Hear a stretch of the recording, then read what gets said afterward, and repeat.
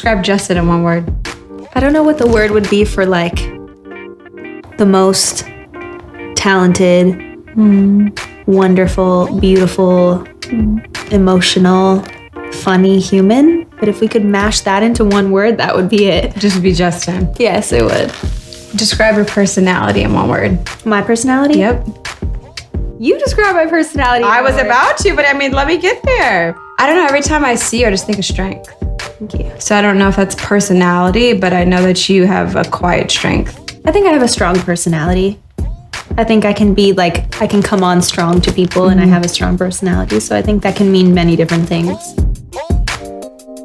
Now that you're married, what's the biggest misconception that people might have on marriage? I feel like I've been married for a little over a year now, so like I can't sit here and say. But you've been married. But I've been married, and I am married. So I know what it's like, and I know what it feels like to be a newlywed and to be in the season of life. I think one of the biggest misconceptions is that, to me, if you don't want to compromise, don't get married.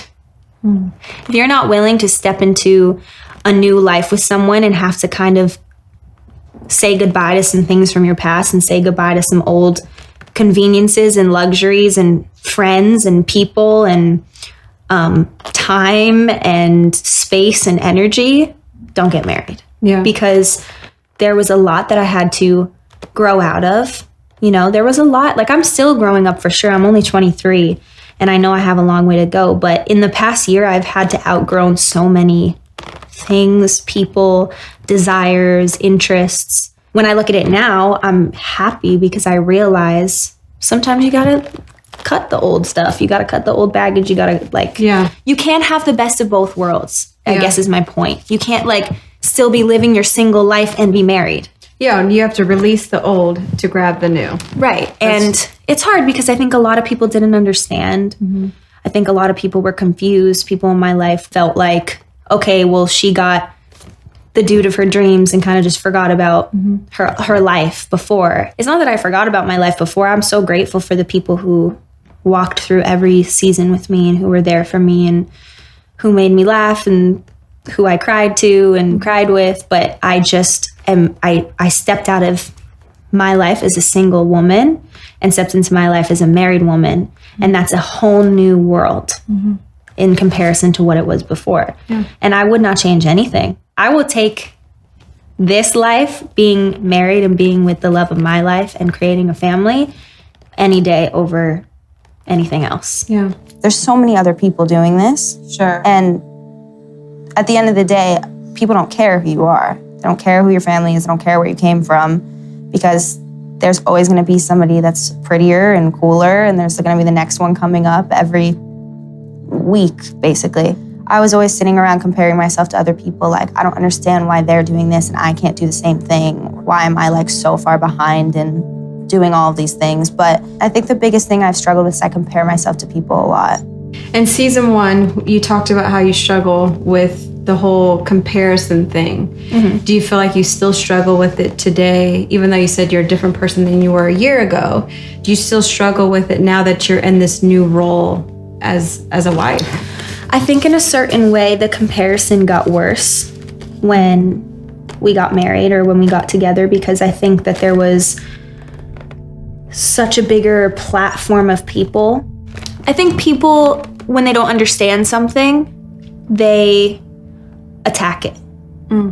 So when people saw us together and saw us get married, I know it was a shock to the entire world. And I know that people completely didn't understand it. So all it was an attack on me, an attack on him, an attack on us together. And I felt like I got picked apart in a way that I've never been before. I felt like people were almost angry at me. And I know I don't control what people feel about me and what people say about me, but I just felt like there was so much more to compare because they didn't understand it and they didn't understand me. And I feel like I get compared to other women so much now, so much more now than I did even before. In the beginning, it was definitely a lot harder. I, would let it make me feel really insecure. I would really let it get to me. I mean, if somebody's telling you every single day of your life that you'll never measure up to somebody else and that you're not as good as, or you're not as talented as, or you're not as pretty as, and it's like a constant reminder every single day, every time you open social media or whatever you do, that you're less than someone or you're less than something else. It's going to get to you, because no matter what, if that's being thrown in your face every 2 seconds of the day, it's almost unavoidable at times, unless I just throw my phone in the garbage and I don't have a phone. Yeah. You know what I mean? What do you do in those moments? I mean, it's hit me differently so many different times. It's made me angry. It's made me cry. It's made me question myself. It's made me question my... it's made me feel fragile, to be honest. I always felt like I was a really, strong girl. And I think that was another thing, too, that was so confusing, is people really wanted to paint this picture of me like I was, this mean girl who was a bully, who, hates every other woman, and, I don't support other women, which is funny because I think anyone who knows me personally knows... You're the complete opposite. That's so not me at all. And I think that goes to show where social media can totally paint a different picture and be completely twisted. But I just think there's so much evil in social media. There's so much hate. There's so much bullying. It's something that I'm super passionate about making a difference in, because I just think that if we pour truth into it, it can change the conversation. Because I think when people create lies, if we don't combat them with the truth, they can just perpetuate. I think that's something that has messed with me the most, is people just make things up. And people invent the narrative that they want to say. And then they want the world to say what they're saying. Exactly. Yeah. So they want people on their side to think that their story is what's true. And the thing is something can be true to you. That's fine. But it's almost like, imagine if I went to somebody and was like, yeah, Natalie's really mean to me. And you were like, oh, what? And you heard that and you were like, but I was like, okay, but that's true to me. Right. I feel like she's mean to me, but the truth is that you're the nicest human ever, and you're the best and you're my sister. You would want to fight for your truth to be heard, because it's the actual overall truth. And I'm just inventing something else. So do you feel like you have to fight for your truth to be heard? I think what I did feel in the beginning was, let me be defensive. I'm going to defend myself. I'm going to defend my husband. I'm going to say what I think is what is true. What's the overall truth? This is what's really true. This is what really happens. Until I realized that it's just so not my battle to fight.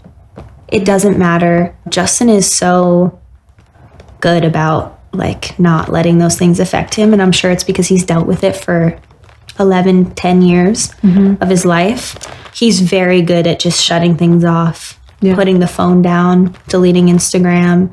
And he's helped me get a lot better at it. And I'm so lucky that I'm married to somebody who, he's watched me be really hurt over things people say, and really, really sad that people think certain things about me. And I'm lucky that he is so encouraging, always reminding me of who I am, always reminding me of what our relationship is, how beautiful I am. And I think that is something that's really important too. It really, when you're battling with outside noise, you need people who are inside your circle to be helping you. Affirming you. Yeah, yes. Affirming you and helping you combat what all those lies are. And also he is constantly reminding me, who does Jesus say you are? What does the Bible say? What are we where are we finding our truth? How are you able to, or are you not able to, allow that truth that you know to override what you combat every day with the outside world? I think you have to get into the habit, into a habitual, constant state of reminding yourself what the truth is. It's I know what goes on behind closed doors. I know what my relationship is. I know who I am. I know how I feel. I know, I think for me, I struggle the most with trying to prove to people that I'm not this nasty, mean girl that they want me to be.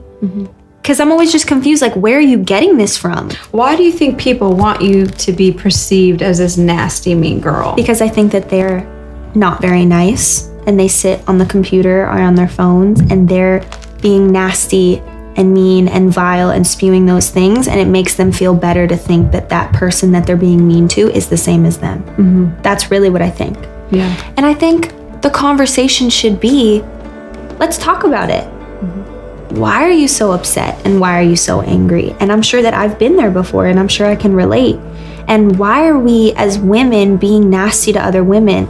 It's almost like I feel like girls on social media perpetuate women being rude to women. Mm-hmm. They want girls to bully each other. They want there to be beef and they want there to be a problem when the reality is there's not. Mm-hmm. So I get so worked up because I'm like, I feel like the girls who are mean to me on social media, I almost want to be like, can we just meet up for coffee and talk? Like, I feel like if you got to know who I was and we sat down and we chatted, we would find so much to relate on and we would be friends. Is it worth it?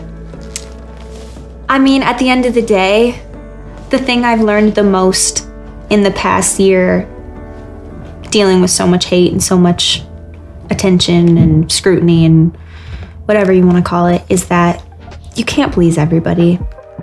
Not everyone's gonna like HB. Not everybody's gonna wanna be my friend. Mm-hmm. Not everybody is going to root for me, be in my corner. And then on the flip side, there is a ton of people that are, mm-hmm. and that support and that are kind and that are great.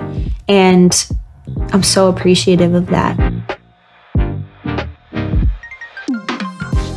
How can we support each other more in these feelings instead of hiding it and pretending like it's not okay to feel this way? Mm-hmm. It's not, and pretending like it's not okay to be human. Social media has created an alternate universe. Mm-hmm. That's what I think. I think it's made it be this thing where it's show your best and hide the rest. So it's almost like we feel shame for feeling that because we don't talk about the fact that we feel that way. What does shame feel like to you?